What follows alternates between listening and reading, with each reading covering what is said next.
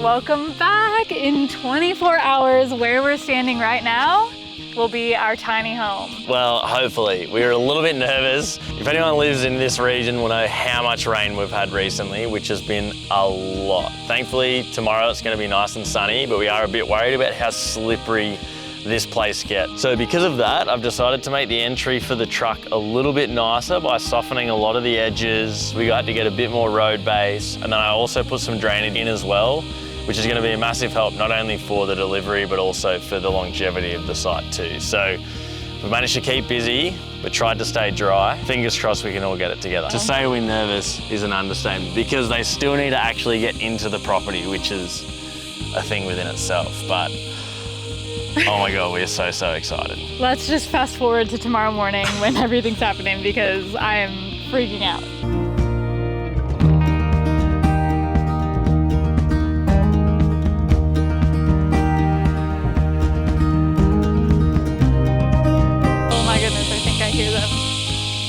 Here we go. This is so exciting. There it is.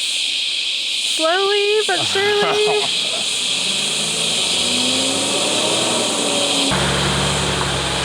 Wow. It's really all happening right now. So the tricky part is getting it through the gate that we have here. Like it's a tiny gap. So what they're doing is they're detaching the tow truck from it and then getting the excavator and then gonna back it in, hopefully, and sneak it in that way. Wow, it is like, I feel like we've gone from 0 to 100 so fast. This is wild. Now I stand by your side. Oh, on our own time.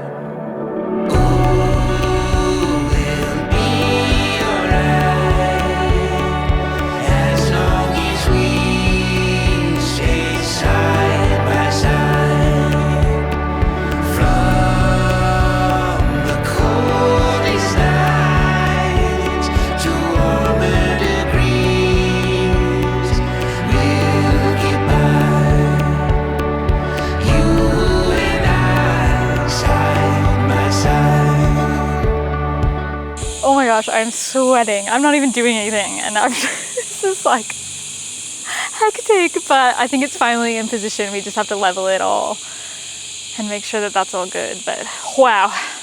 Hey, you've done a beautiful job. Yeah, let's have a look. Here we go. Wow. You can go inlay. Wow, that's the cleanest construction site I've ever seen. Woo, first one in. Nice. Yeah. Oh my goodness. Wow. This window is huge. That's insane. Oh my God. What do you think, There's Lay? so much light coming in too. Yeah. Which I love. What do you think?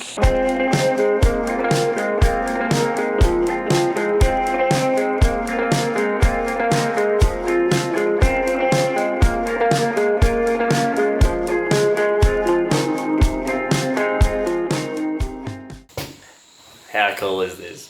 This is our home. Very much just the shell of it, but it is our home nonetheless. It is. It's called getting a house to lock up, or a tiny house to lock up, which means basically it's completely weatherproof, it's sealed, it's got its window fittings, door fittings, but that's absolutely it. So it's on a registered trailer with electric brakes. We've gone for 8.4 meters long by 2.6 meters wide. Now there are a few reasons that we decided to do it to lock up spec. The main reason is that we love having complete control over projects like this. We've done 3 total home on wheels builds, 2 in our old vans, and obviously Nigel. A lot smaller of a spec. This is incredibly overwhelming. Ginormous. Given that it's called a tiny home, this is huge for us. It does not feel tiny. But we also really love the fact that we can do this at our own pace. We can work on the side, save up money, do little bits and pieces as we go. Everything is in our control, and we get to bring you along for the entire ride. First order of business is actually taping up the floor plan so that we can get a feel for what we have hoped will work. Yeah, it's very different seeing it on paper as opposed to actually standing in it. So we're gonna tape everything up and see how that goes.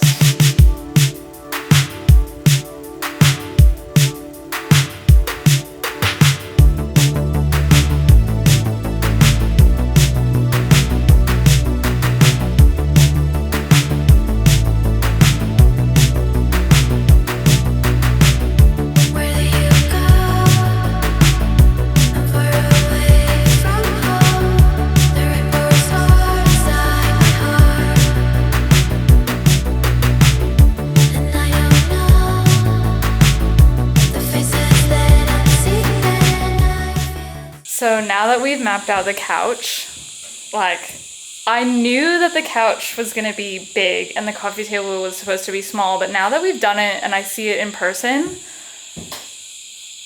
like, the couch is huge and there's no space. There's no space for a coffee table. There is? I feel like you're just gonna walk straight into it though. Why don't you let me draw it out first? Okay. Yeah. Alright. Still plenty of room. There's so much couch here. I don't know. I just feel like it's not enough. I feel like it's gonna be so. Drawn on the ground. Okay, draw it on the ground. Know what it looks Oh, like. draw it on the ground. Okay, let's see. Where do you go? I'm far away from home. The ripples are inside my heart. Okay.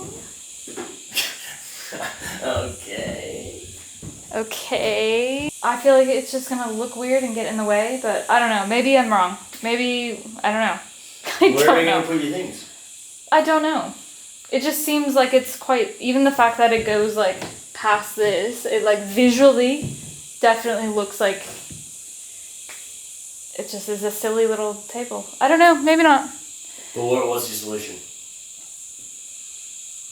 I don't have one. It's a tiny house. Well, isn't the it? only solution is to, like, the couch is so wide, but I know that we prioritize that, but But the hard thing with couches, looking at it from a floor plan standpoint, is it makes it look like the seat of the cushion is 800. you're right, but the back But the cushion. back should always, well, no, so it's, the back rest has an angle, so it's not a straight right angle, Right.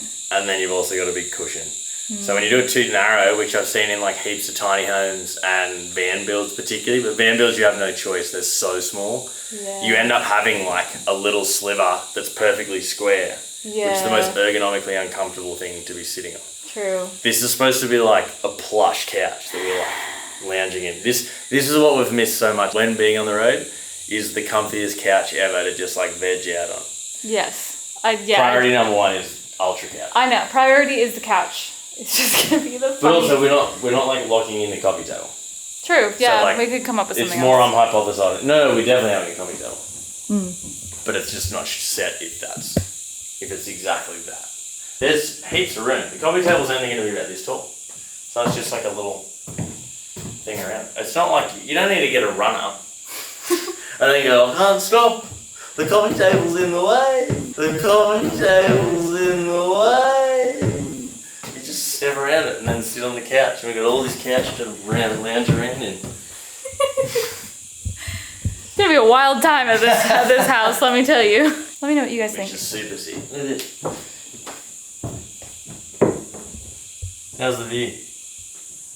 This is gonna be so cool. Wow. See your sun's gonna go. I know that this is scary. I think I wanna go. This body that's so empty, and I don't know the faces that I see. Please come back, take me home. So with the taping done, I'll give you a quick little run through of what it's all sort of gonna look like, and I feel like it'll make a lot more sense now that we're actually in the house than when I was trying to describe it just on some grass a couple of weeks ago. So obviously we've got a pretty massive L-seater couch, which is super important. Now I'm gonna build this from scratch, and it's gonna be built in so that we have as much storage as possible in the base of it. So that way we've got a nice deep couch, we've got an angled backrest, storage underneath, and I've got a pretty good plan of attack, but not completely solidified until I'm actually building it, where we're going to be able to take the backrests and cover this section with the coffee table with some supports and actually make this into like a full day bed. So I can't even imagine a better day bed spot than this. We've got a view out this way, massive space, one of the most exciting parts of the house for me. Still undecided about the coffee table, but that's okay, we'll figure that out later. Underneath here, not only do I really like that this sort of separates the two rooms while still making it really open, it also gives us a ton of storage. Now, all this storage is more than we've had in the last 5 years, so we've got so much space now. It's not the most practical, but we're not going to sort of make it so that to get anything you've got to crawl in under there. We're going to just have storage tubs that we can slide in and out. I've also got external access. So there's a door on the outside that we'll be able to access, lift it up on gas struts and be able to access things at the back half. So I don't need to crawl my way in there to get any of this stuff out. I honestly don't think we have enough belongings at the moment to be able to fit as much as there is for storage under here, but I'm sure we'll fill it pretty soon. And then we also opted to have a nice massive step for here. Not only does that give us more room on the top here, but it gives us a really big pull-out drawer that we'll be able to store things. At the moment, we're thinking shoes, but again, it depends how we go. We'll see what happens. But right now, I think that'll be a super practical spot to have some storage for shoes. Moving on to the kitchen. Nice wide corridor. I really don't like the idea of, as much as you could have like deeper cabinets, this is like pretty much the standard depth for most kitchen cabinetry anyway, and it gives us still plenty of room so it feels like nice and airy and not so tiny. Starting with this side, we've got a usable countertop all the way to this line here. We've got 900 wide drawers, another pull-out section that I'm toying with a few different ideas, so that's to be announced. I have the fridge here, and then we've got a nice big pantry that's going to go floor to ceiling here, 600 wide. I cannot wait to have that much storage for our food. We've never had so much storage, which is going to be amazing. This side is mainly where all like the cooking and cleaning is going to go, and we've got a beautiful view to look at while we're doing so. A bunch of counter space at the end here for prepping food. Middle section here is going to be the oven and stovetop. We'll then have a little bit more bench space. Not a massive sink, because I think the huge sinks are a waste of space when space is so valuable. I really want to get creative with like the storage solutions, so we're not locked in necessarily, but I've got a few sort of plans in mind that I feel like is going to make this whole kitchen area really, really functional, but also not too busy, cluttered, and in the end look really beautiful as well. And one of our favourite things is this amazing window. We still need to figure out if we can get one of the fly screens that you can selectively cover up if you want, but we don't want it there full time. So if anyone has any experience or used fly screens that you can pull up and retract, let us know if there are any ones that we should or shouldn't use, because there are a few on the market and I really want this to be a big feature, because living in the rainforest, bugs are everywhere, but I don't want to have to stare through a fly screen all day every day if it's closed. Now stepping into the bathroom. This is still very much a guess at the moment until we have our washing machine sorted out and knowing exactly what dimensions we need to maximise space. But for the moment, we're thinking washer dryer here with storage still above. So this is going to be a nice tall cupboard. In the middle here is going to be our bathroom vanity. So we'll have our sink, storage underneath, mirror, and we want to get a bit creative as well with maybe some extra storage behind the mirror, but that's again completely up to sort of how we go and how my handyman skills pan out. It might not be on the cards at all, but we'll see how we go. And then up this end it's going to be another tall closet. Obviously we've got this to deal with, so it eats a bit up into our storage, but in terms of aesthetics it means it'll end up being completely covered in and look like we've got a nice symmetrical tall door, vanity, tall door storage as well. Moving on to this side, we've got the same sort of thing as the other side. We'll have a matching tall cupboard. Got our composting toilet in the middle where we can have the catchment underneath the trailer. And then a nice big shower in the corner. We really want to make sure that we have a large enough shower and it doesn't feel super pokey. And it's this layout that really got us sold on Bo's tiny house building. He's the only one that does this sort of pattern with the stairs in the back as opposed to being in the living room, which makes such a big difference in the usable living space that you can have and doesn't clutter it. No one else needs access to our bed in the loft other than us, so there's no point in having it in the open living room, and it gives us far more usable kitchen and living space. This way they're just tucked away in the back. There's still a couple of storage options in the stairs, underneath the stairs. We still have a big shower, and then it just goes up the stairs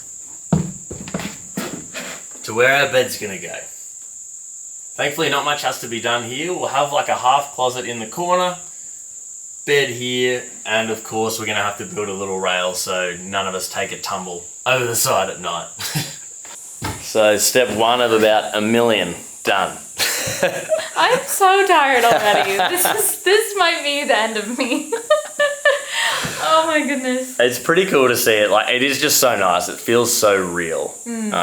and it's really cool to actually see it, how much space everything's taking up. I think we're just going to need to have a big sit down and start planning things out, and we have no idea what that looks like. We've never done anything like this before, but we are going to be documenting the entire thing. Hopefully more wins than losses in the end. And we're so excited to bring you along for all of this. If you've ever done anything like this before and there are certain things, tips, tricks, anything, Please.